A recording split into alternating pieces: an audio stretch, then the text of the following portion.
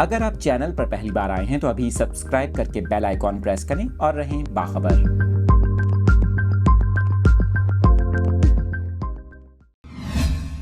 आपके साथ latest updates share कर रहे हैं। कराची के मौसम के हवाले से आपको बता रहे हैं, महकमा मौसमियात ने कराची में आइंदा 24 घंटों के दौरान मतला जुज़वी अबरालूद और मौसम गर्म व मरतूब रहने का इम्कान जाहिर किया है।